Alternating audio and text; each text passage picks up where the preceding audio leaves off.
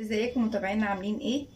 النهارده هعمل لكم الستريبس اللي احنا بنشتريه من المطاعم والمحلات باسعار غاليه.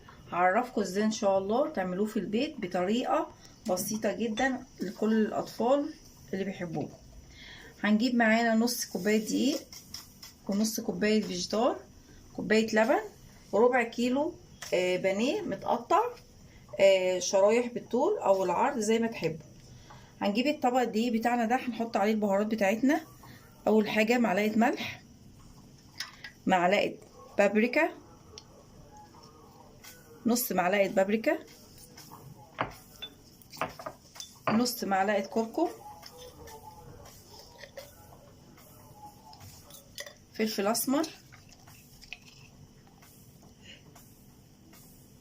ربع معلقه، ونص معلقه صغيره بهارات فراخ، وطبعا بشره صغيره من جوز الطيب.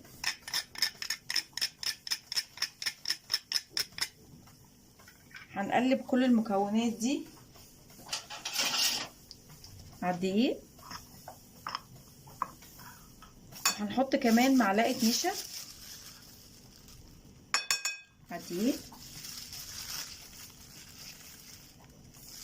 معلقه نشا.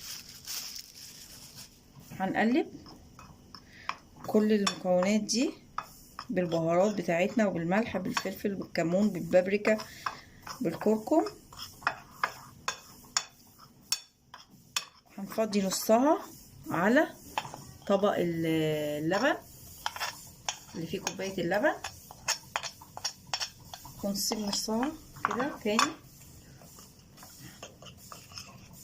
هنقلبه هنا في طبق مع اللبن.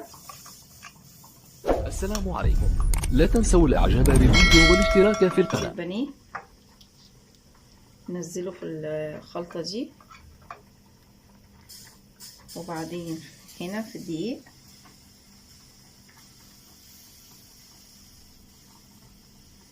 وبعدين هنا نرجعه تاني للخلطة،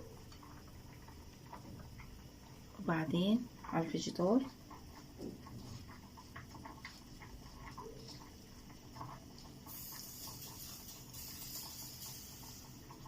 كده كويس قوي. نحطه بقى في طبق كده لغايه ما نعملهم كلهم. هعمل واحده كمان.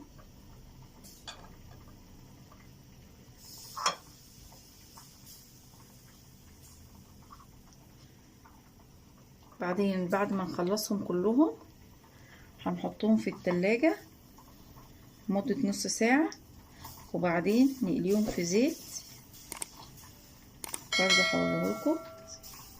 لو وصلت لهذا الجزء من الفيديو لا تنسى الاشتراك في القناة وتفعيل زر الجرس ليصلك احدث بعد ما طلعناه من فيديوهاتي. التلاجة هنجيب طاسة نحط فيها زيت، والاول تبقى النار عالية، وبعد ما نتأكد ان الزيت سخن هنخلي النار متوسطة. بسم الله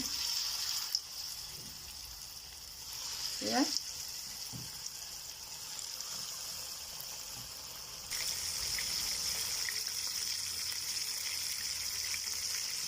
شكله هو بيتحمر دلوقتي. هوريهولكم بعد ما طلعناه من الزيت كده. بعد ما طلعناه هو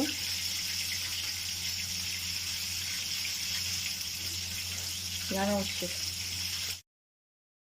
السلام عليكم، لا تنسوا الاعجاب بالفيديو والاشتراك في القناة.